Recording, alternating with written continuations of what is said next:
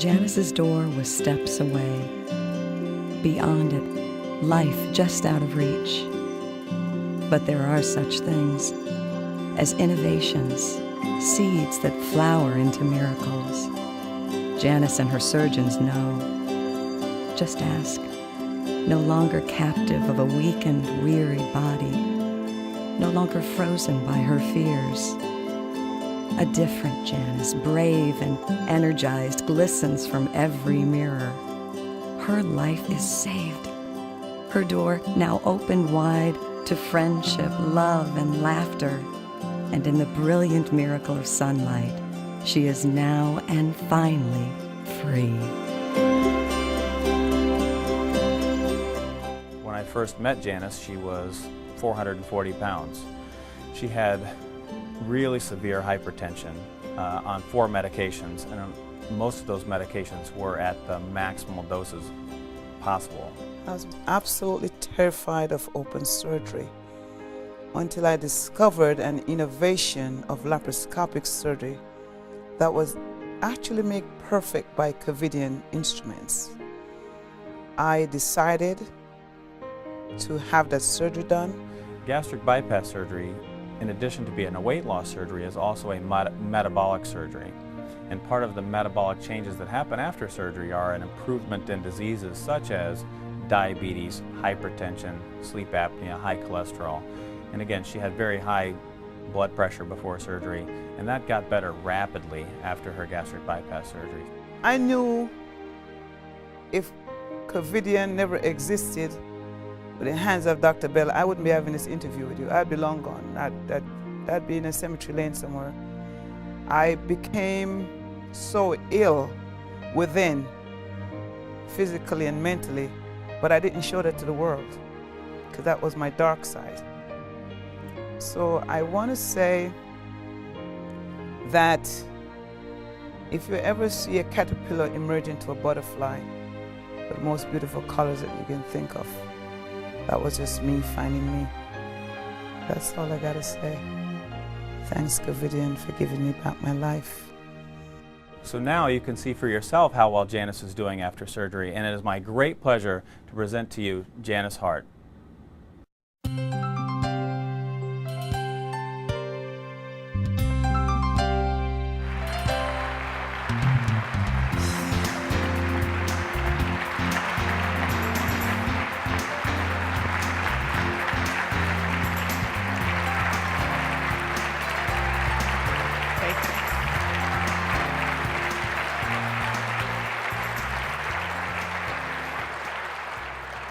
Thank you so much.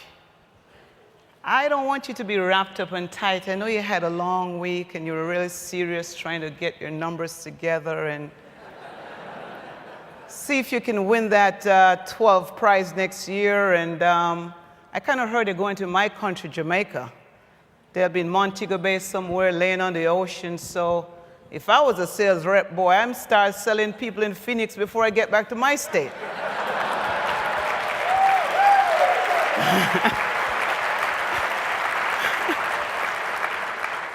I want to start on a very light note.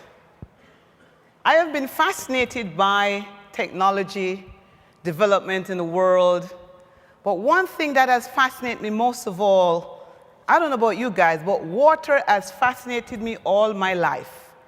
Coming from the island of Jamaica, where it's an island of a lot of water, came to the States about some 22 years ago, and I've never known water to have 0 calories, and you had to list it on the bottle. But that's not the bad part. You actually need to have some kind of degree when buying water. You have plain, carbonated, flavored, Avian, Dasani, and I noticed in this hotel it has something named Voss. I have never heard of that water. I am wondering where it came from. So you're selling a product of Covidian laparoscopic, endoscopic, mesh, sutures. Can you imagine how confusing that could be to somebody who don't know what you're talking about? Water could be quite confusing. I would even get into milk and bread because I just don't know When I grew up, you just had one milk. You just drink the milk that was milk from the cow straight up. I mean, you either got fat or skin.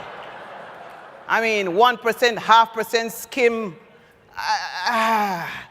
If that can be confusing, think of your technology, how confusing that is.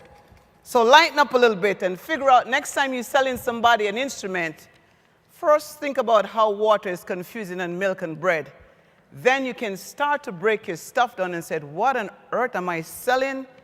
Do I know this product? What will it do? And then you say, if they can sell water in 59 different flavors, why can't I sell an endoscopic equipment that can save a life like mine?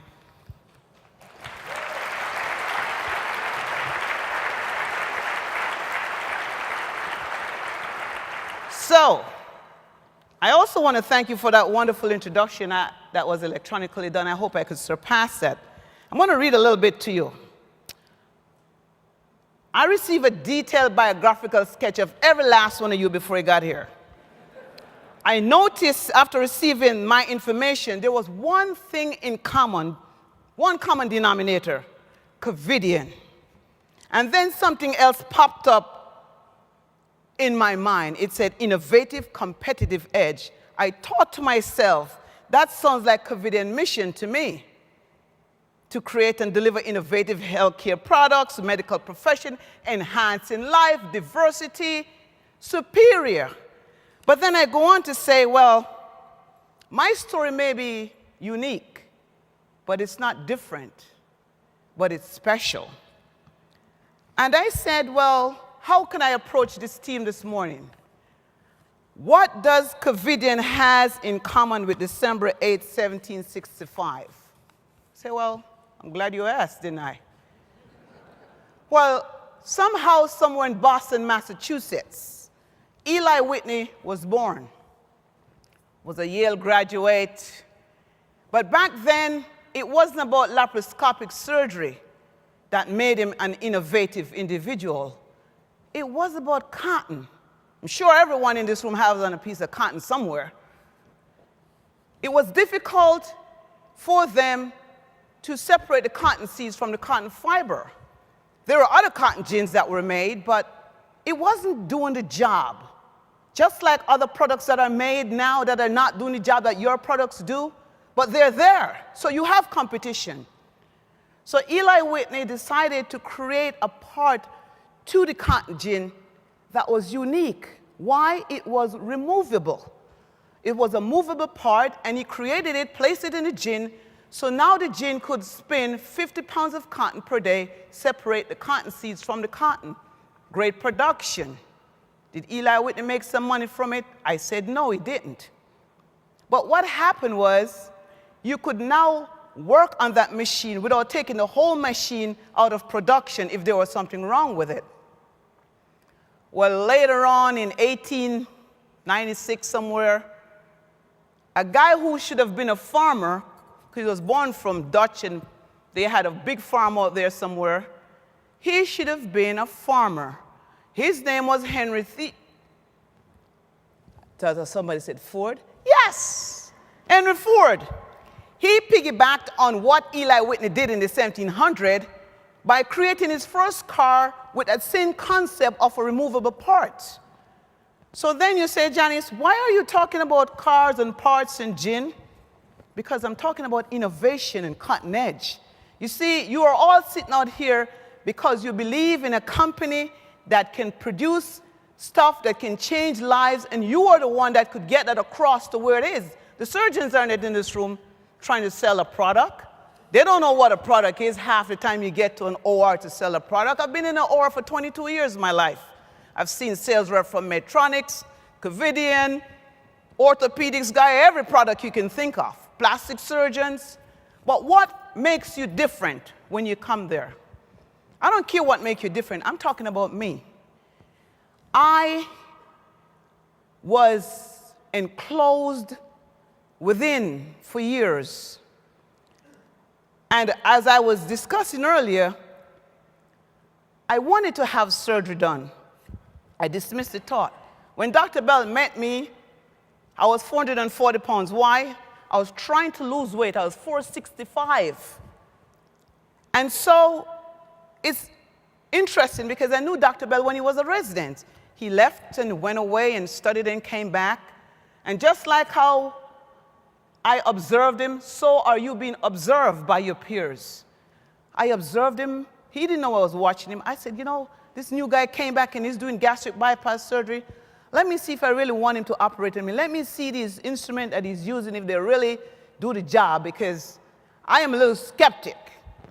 So every time he had surgery, I was free. I walked in the room and I observed. You don't know that I'm checking him out. After I did about 145 patients, I said to myself, I think I could get this guy operated on me. Then I started to check out what instrument is he using. Because sometimes instruments break, you know, in the OR, and as you see that mesh left in that guy, I know that very well. It's not unique or unusual from where I'm standing.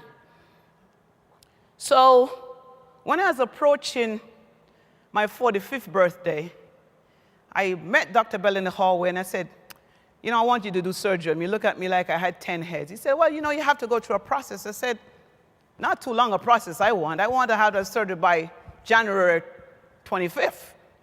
This was like November. He said, well, Janice, you know, make an appointment with my office. I did.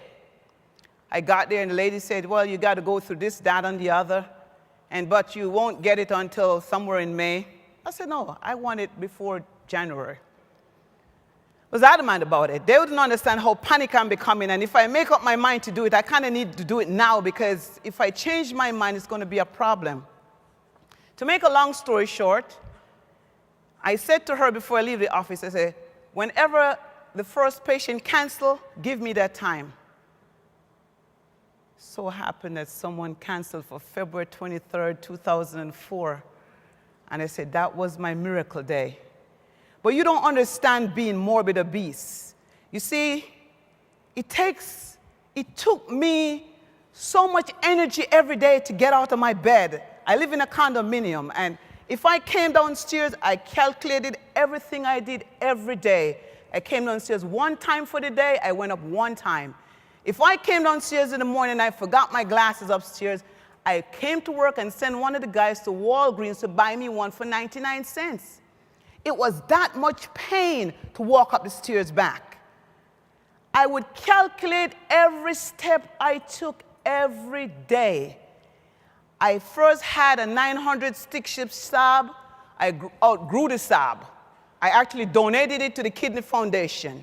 I bought me an Explorer Expedition. I outgrew that. I said to myself, this is becoming detrimental. I bought an Expedition that I could actually fit in.